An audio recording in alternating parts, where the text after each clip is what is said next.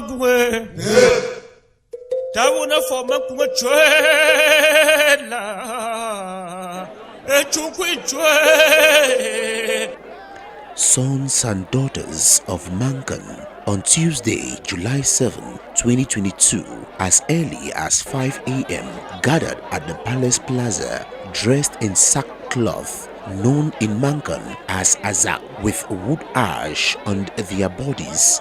This as a sign to mourn the departed for Angwafo III, who transited on the 21st of May 2022.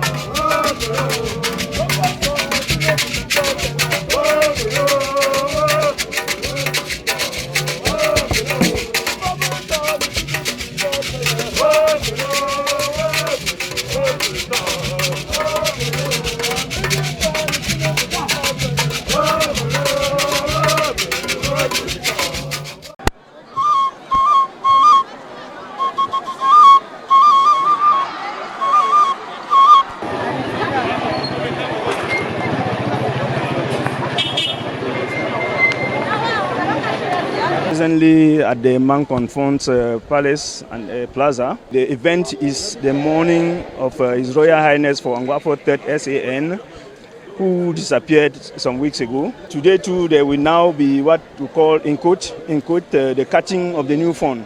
So the new phone will be caught in public here. While the mourning was going on, the villagers engaged in different traditional activities, including traditional games.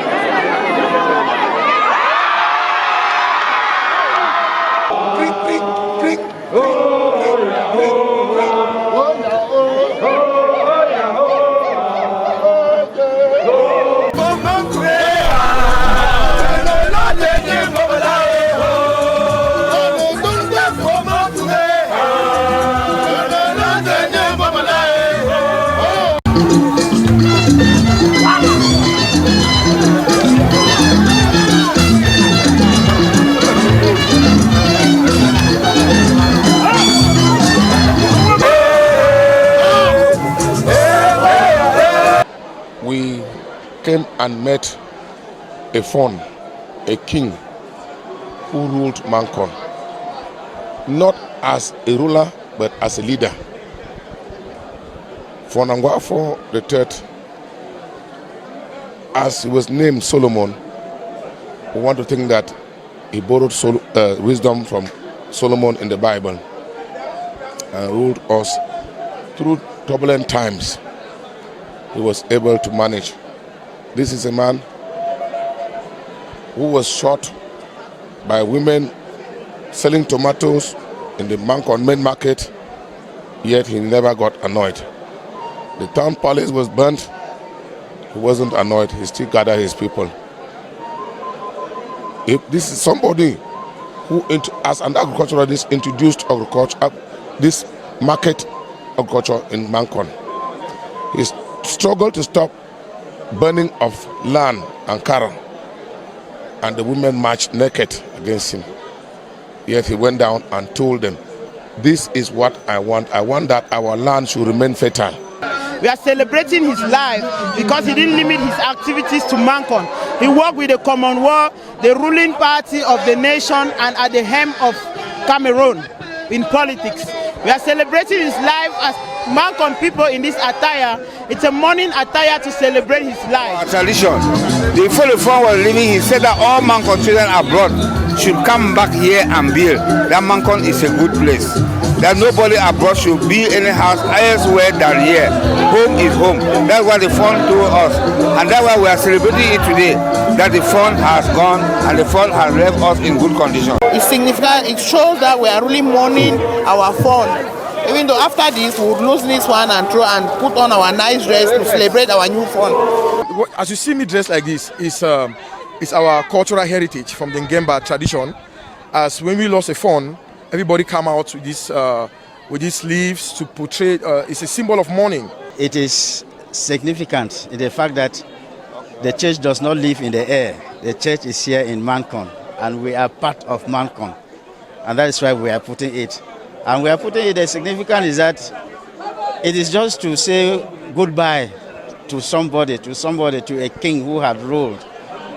So there is nothing wrong in it, and it's just to accompany the people, to be with the people, in order that we can show solidarity, to show that we are all together with the Mankon people. That is why I am in this attire. Ane lo ba sangmanta ni kuyenela o changta wugu o changta la azene ingun no tsa shine inga kong na genin bi ba bu tsonen ju singa bugun yem bomku nze sangmanta nze funzong nze ka wo fi wenda na tawugu bugita ngami ya kambogo bani te wo betaro wadanga ki bela aslabe Today, I believe that whether you are a pastor or what, you belong to a people. You belong to your roots. So this is our roots, and I'm proud to have served. We cannot separate tradition because when we were born, from born house to everything is all about our culture. And so even Jesus himself came in a culture. And so the Bible has a culture. So Mankon too has a culture. And so that is why we are out today to make sure that we promote that culture, praying for that culture to stand.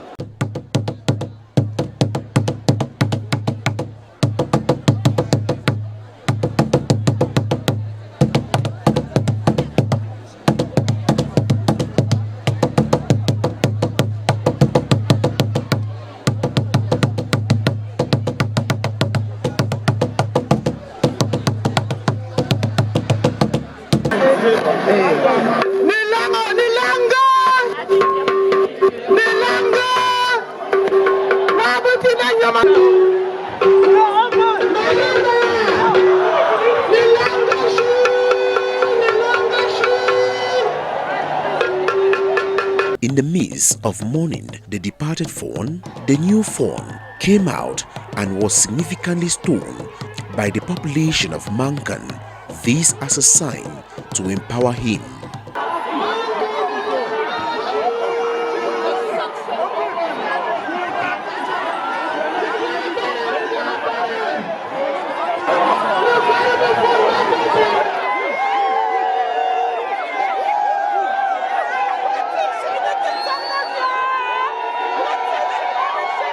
Once the public is informed that the fund has disappeared, then the process that we started today commences, which means that the people come out en masse to mourn the disappearance or the missing of the late fund. And then that is what just happened, what you just witnessed. That means we dress like we are to show. And that dressing basically is either fiber or the leaves of plantains. This is a form of masquerade. This masquerade is symbolic of the old order that is now transforming into the new order.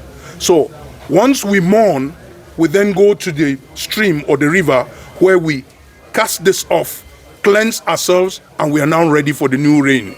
So as the fawn came in, and he was stoned, and that stoning is 1, empowerment, 2, cleansing, 3 is spiritual rebirth and rejuvenation. So if everybody throw this at him, he's consecrated, he's set apart, he's dedicated, he's sacred by that ritual act.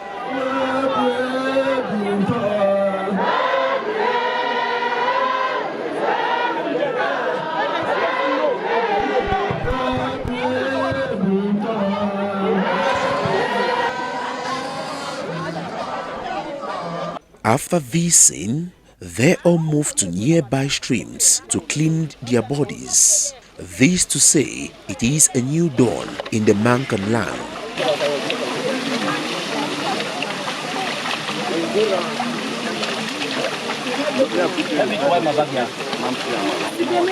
This is the cleansing to show that every other thing, the wood asher we had on us, we have washed it away. We have washed bad luck from Mankon, and from now henceforth is goodwill, celebration, peace, unity, and strength. The stream, we are taking off the rag clothing and dumping them in the stream, and we are washing off the white ash with which we rub ourselves as a sign to show that we are in mourning and we are sad. Now, coming to remove the rag clothing, it means it's done on us that it's a new era. We have received our new fall, and we are very happy.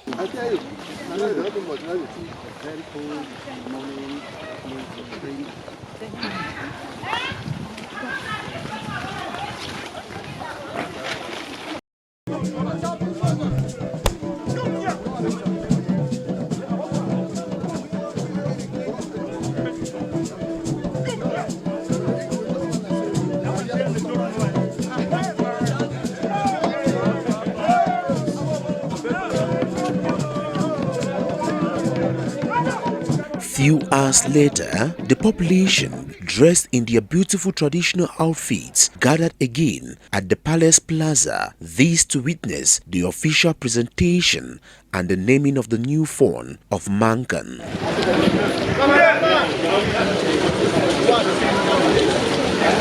We, the Nchindas, alongside the other fawns who have come from other nearby villages in Mankon, we will lead the fawn, the new fawn of Mankon, to the Mankon Fawns Plaza, where his new name will be communicated to the Mankon population. The Mankon people, as well as all members of other villages, will know his name, and they will go home with a new name.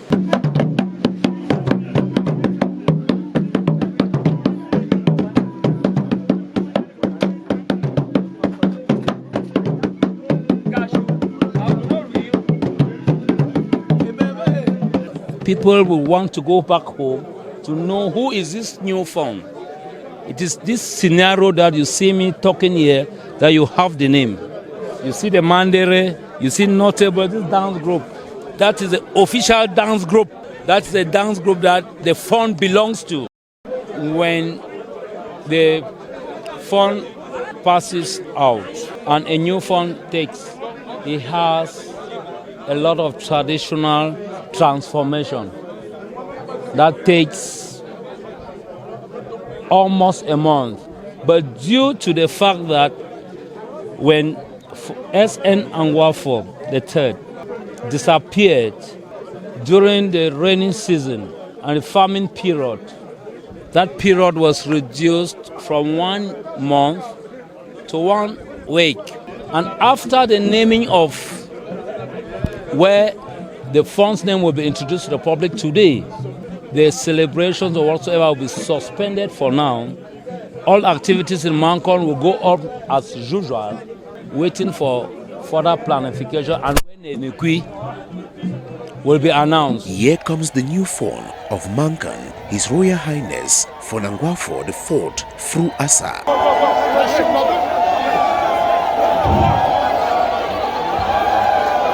Upon his presentation, the population celebrated their new king.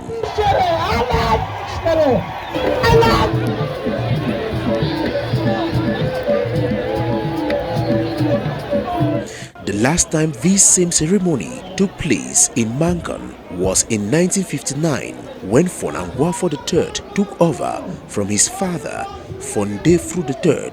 This explains the excitement here, given that most people are witnessing these for the first time.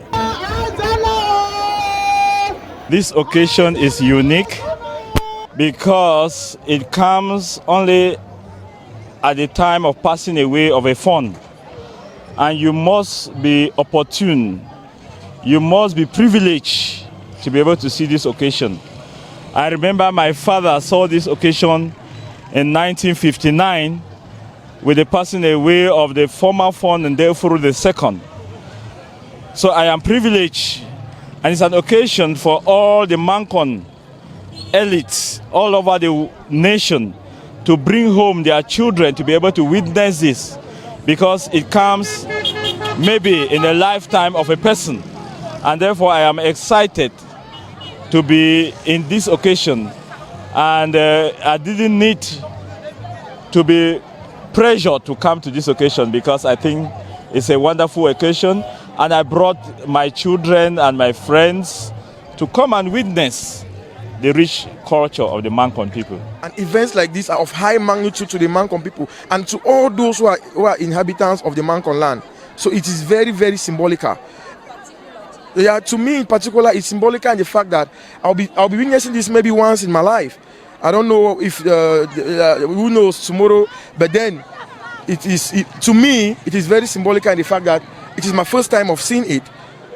Most of us who are not opportune to be here, more so as a teacher, I should be able to leave this day, help in writing it down, maybe document it, and thank God we have so many sources of preservation of information.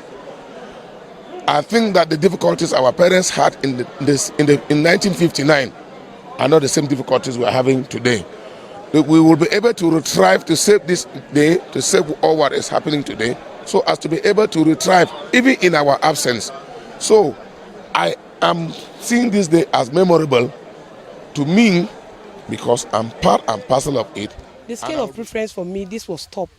I don't care what I was doing or whatever program I had.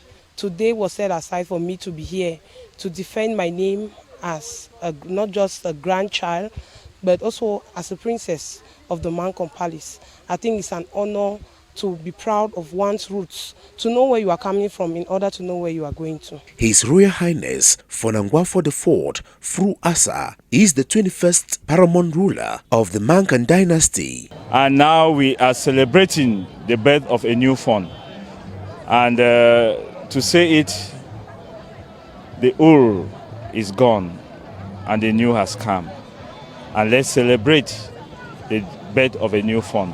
He has big shoes to fill, no pun intended, but those shoes will be filled because the same wisdom that was used for 63 years was the same wisdom that was put in one little moment of making the choice of this new one. So it is continuity, it is superfluity, it is Mankon that will remain forever.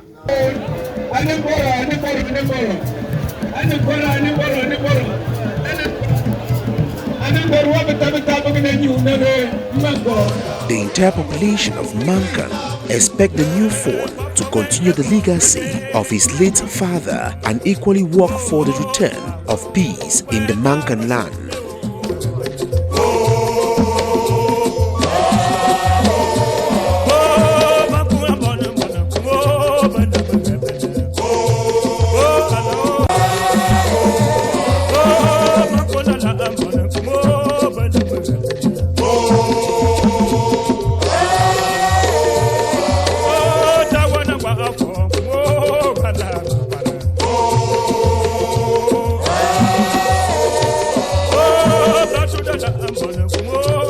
I'm gonna